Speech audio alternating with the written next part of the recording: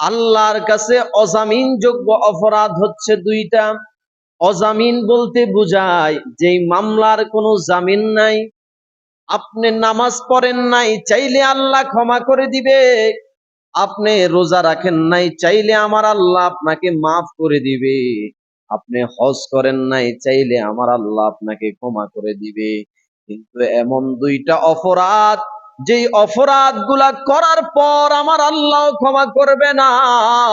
তার মধ্যে এক নম্বরে হচ্ছে বান্দার হক নষ্ট করা, পরের হক নষ্ট করা। কিয়ামতের ময়দানে ওই সমস্ত জালেমদেরকে আল্লাহর সামনে দাঁড়া করানো হবে, যারা পরের হক নষ্ট করেছে।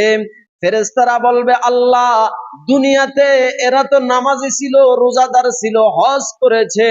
আমার আল্লাহ বলবে, ও ফেরেশতারা, তাদের সব কিছু ঠিক ছিল, কিন্তু দুনিয়াতে তারা পরের হক নষ্ট করেছে। এখন ফেরেশতারা বলবে, আল্লাহ, তাদেরকে এখন কি করবেন? আমার আল্লাহ বলবেন, ও ফেরেশতারা, তারা দুনিয়াতে থাকতে যেই আমলগুলা করেছে, এই আমলগুলা আজকে তাদের মধ্যে বন্টন করে দাও। যারা দুনিয়া থাকতে তাদের কাছে হক পাবে, আজকে সেই আমলগুলা তাদের মধ্যে বন্টন করে দাও। তখন এক এক করে সবার মাঝে যখন বন্টন করে দিবে, তখন তাদের আমল নামা শূন্য হয়ে যাবে। তখন আমার আল্লাহ বলবে, ও ফেরেশতারা, এই জালেমের হাতে পায়ে শিকল বেঁধে জাহান্নামের মধ্যে নিক্ষেপ করো। জোরে কোন নাউজুবিল্লাহ। তখন ওই জালেমরা বলবে, আল্লাহ, দুনিয়াতে তো আমরা নামাজ পড়েছি, রোজা রেখেছি, হজ করেছি, তাহলে কি লাভ হলো? আমার আল্লাহ বলবে, ও জালেম, নামাজ যেমন তোর উপরে ফরজ ছিল, রোজা যেমন তোর উপরে ফরজ ছিল, হজ যেমন তোর উপরে ফরজ ছিল, পরের হক নষ্ট না করাটাও তোর উপরে ফরজ ছিল। অতএব আজকে যারা পরের হক নষ্ট করেছেন, খবরদার খবরদার, আজ থেকে সিদ্ধান্ত নেন, পরের হক নষ্ট করা যাবে না।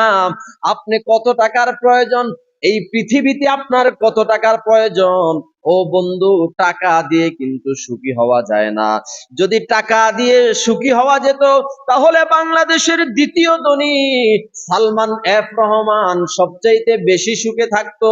গত 2 দিন আগে দেখলাম জালেমকে এমন ভাবে পাকড়াও করেছে, একটা রিকশাওয়ালার দাম আছে কিন্তু কোটি টাকার দাম নাই। ওই জালেম 2017 সালে একটা বক্তব্য দিয়েছে, আমি মুসলমান, আমি কোরআনটাকে ফলো করি, আবার সহি হাদিসটাকেও ফলো করি। তার পিছনে কিছু নামদারি কুলাঙ্গার আলেম রয়েছে, তারা বাহবা দিয়েছে, প্রতিবাদ করে নাই। সেই বলছে কোরআনের মধ্যে নাকি সমস্যা আছে, আর হাদিসের মধ্যে পুরাই সমস্যা। জোরে বলেন নাউজুবিল্লাহ। অথচ আমার আল্লাহ বলেন, জালিকাল কিতাব লা রাইবা।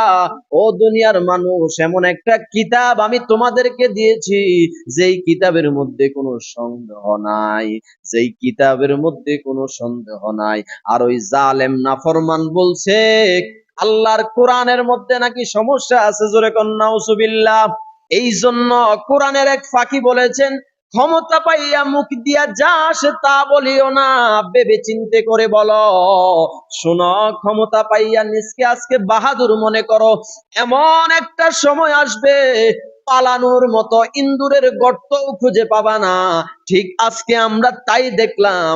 ওই জালেমরা, ওই নাস্তিকরা যখন পালাতে শুরু করেছে, তখন পালায়া রেহাই পায় নাই, আবার ধরা পড়ে গেছে। এই জন্য বন্ধুরে, টাকা আপনাকে সুখ দিতে পারে না, টাকা আপনাকে সুখ দিতে পারে না। সুখী হতে হলে হালাল পয়সা লাগে, হালাল পয়সা লাগে। আপনাদের আশেপাশে কত রিক্সাওয়ালা, কত ঠেলাওয়ালা, কত ভ্যান গাড়িওয়ালা রাতের বেলা যখন ঘুমাইতে যায়, ট্যাবলেট লাগে না, এসি লাগে না, শান্তির ঘুম ঘুমায়। তাদের মাথার নিচে শক্ত একটা বালিশ দিয়া রিল্যাক্সে ঘুমায়।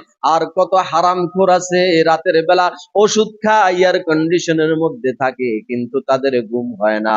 অতএব বোঝা গেল, হারামে কোনোদিন আরাম নাই। যেদিন থেকে আপনি হারাম খাবেন, মনে রাখবেন আপনার ভিতর থেকে আরাম চলে গেল। অতএব এই মসজিদ থেকে আপনার একটা সিদ্ধান্ত নিতে হবে, আপনার আশেপাশে যাদের হক আপনি মেরে খেয়েছেন, ভাইয়ের সম্পদ, বোনের সম্পদ, সবার সম্পদ আপনি তাদেরকে বুঝায়া দেন। খোদার কসম করি বলি, আপনার ভিতরে শান্তি আসবে, আপনার ভিতরে শান্তি আসবে।